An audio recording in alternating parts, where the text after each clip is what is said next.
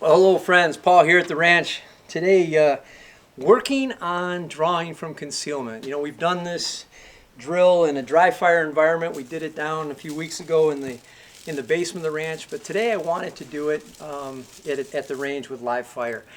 And one of the things that you really, for me, I practice a whole lot drawing with a strong side holster, with a cover garment like a coat or a vest. I do a lot of IDPA practicing and a lot of matches for IDPA, and so I feel really well covered in that area. But one of the areas that, you know, I think it's a good idea to spend more time with is drawing from a concealed position in an appendix carry. And so I wanted to mention a couple things with regards to appendix carry. The first of them is make sure that you get a quality holster that's made for appendix carry. I use particularly from Precision Holster, and they make some fantastic. It was a recommendation that I got from Mike Seeklander, and they make some of the best concealed carry holsters for an appendix position that I've known. So I get yourself a quality holster. The second comes to me from a gentleman named Mike Pannone. Mike is a legendary trainer.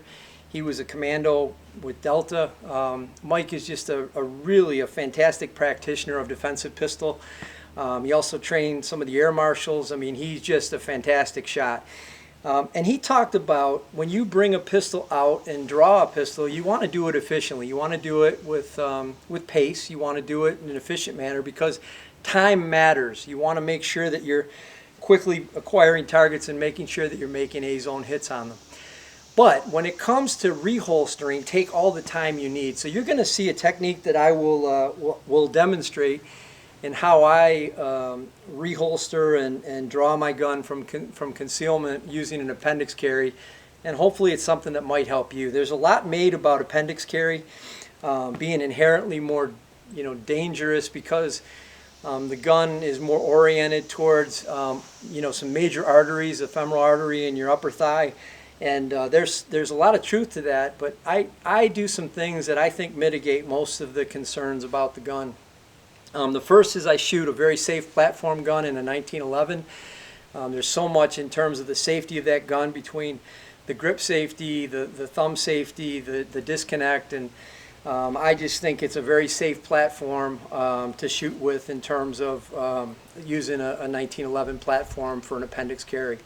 So with that, I'm going to demonstrate. We're going to go hot here. I'm going to demonstrate it in really slow motion. I'll kind of walk you through what I'm thinking about as I go through it, and then we'll do a few more at pace, and then I'll show you a special video at the end where we'll do it in a slow-mo so you can kind of see how it looks. So with that, we're going hot. So what I like to do when I'm drawing, I move both hands at the same time. So I'm moving both my hands down to my thigh on my right leg. With my offhand, I grab my garment, I pull it high on my body. I have plenty of clearance to grab my gun as high as I can. I come out, my thumb is on the thumb safety, I'm acquiring the target, my second hand comes onto the pistol, I drop the safety, I go in, I have a clear picture of the target and what's behind it, I drop the shot. Now I go back on safe, make sure there's no other dangerous situations to consider. And at this point I want to reholster. So what I like to do is tie up my garment high so it's cleared out, way out of the way. I keep my barrel pointed in a safe direction downrange.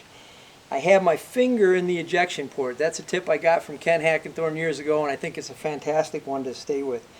I orientate my hips out. I keep the gun out until the very last minute I drop it in the holster in a safe manner. So in that way I took all the time I needed to safely reholster the gun, and I feel good and be able to go forward with that. So with that, let's do a couple at pace. I set a par time of 2.5 seconds, and we'll just do a couple runs so you can see how they go.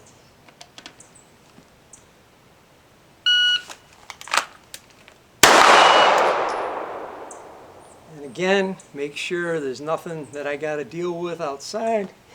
And we'll go through the same process, tie up my garment, keep our barrel pointed and oriented out until the very last minute we drop it in. That particular one I did in 2:18. Let's do one more.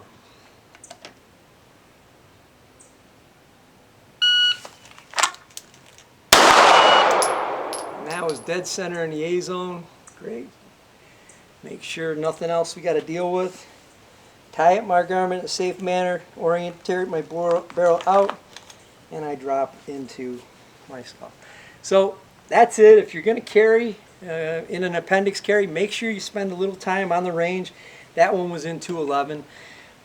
Try to set up some performance target. I'm not saying you have to do it with any specific speed. If you want, you could start as much as 3.5 seconds when you're drawing. Just make sure you're doing it safely, and make sure you're taking that extra time when you're reholstering your firearm back in its holster. With that, as always, be safe. God bless you, and thanks for watching.